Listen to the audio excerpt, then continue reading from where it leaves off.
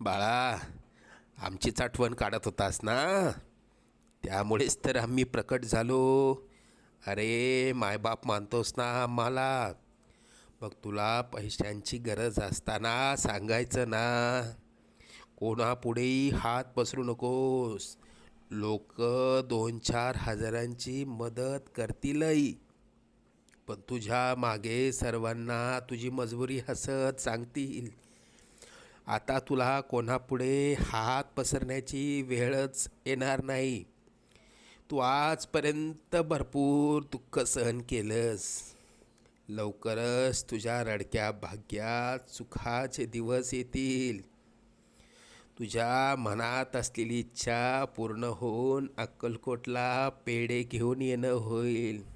येशील ना आम्हाला भेटायला अक्कलकोटला? सगळं मनासारखं